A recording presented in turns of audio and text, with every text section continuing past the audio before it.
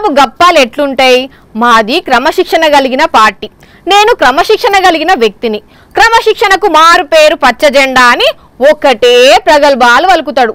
పచ్చ పార్టీ కార్యకర్తలను ఎక్కడికో లేపుతాడు, చూస్తున్నాం కదా. కానీ ఇప్పుడు మీరు పచ్చ పార్టీ కార్యకర్తల సక్కదనం చూస్తే పటపట పండ్లు కొరుకుతారు. చూడండి ఏం చేసిర్రు.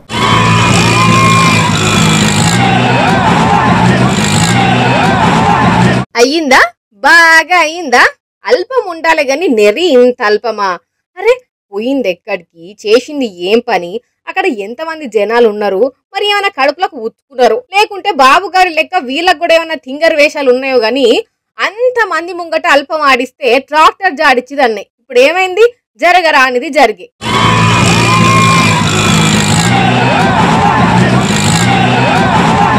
ఇంకా అదృష్టం ఏంటంటే ట్రాక్టర్ మీద ఉన్న కింద పడ్డారు గాని చుట్టుపక్కన కార్యకర్తల మీదకి దూసుకోవలేదు. ముగ్గురికి గట్టిగా దెబ్బలు తాకితే దవాఖానకు పట్టుకుపోయారట, ట్రీట్మెంట్ అందిస్తురట. కానీ తెలుగుదేశం పార్టీలా కొందరు లీడర్లకే కాదులా, కొందరు కార్యకర్తలకు కూడా గట్టిగానే ఉన్నాయి తలతిక్క వేషాలు. అనంతపురం జిల్లా సింగనమలల టీడీపీ అభ్యర్థి బండారు శ్రావణి నామినేషన్ సందర్భంగా ర్యాలీ తీస్తే జరిగిన ఘటన ఇది. నవ్వులు పోయి నువ్వులు అవుడంటే ఏదో కాదు, ఇదే ప్రత్యక్ష ఉదాహరణ. మనుషులు ఎంతవరకు ఉండాలో గంతవరకే ఉండాలి. ఏం లాభం?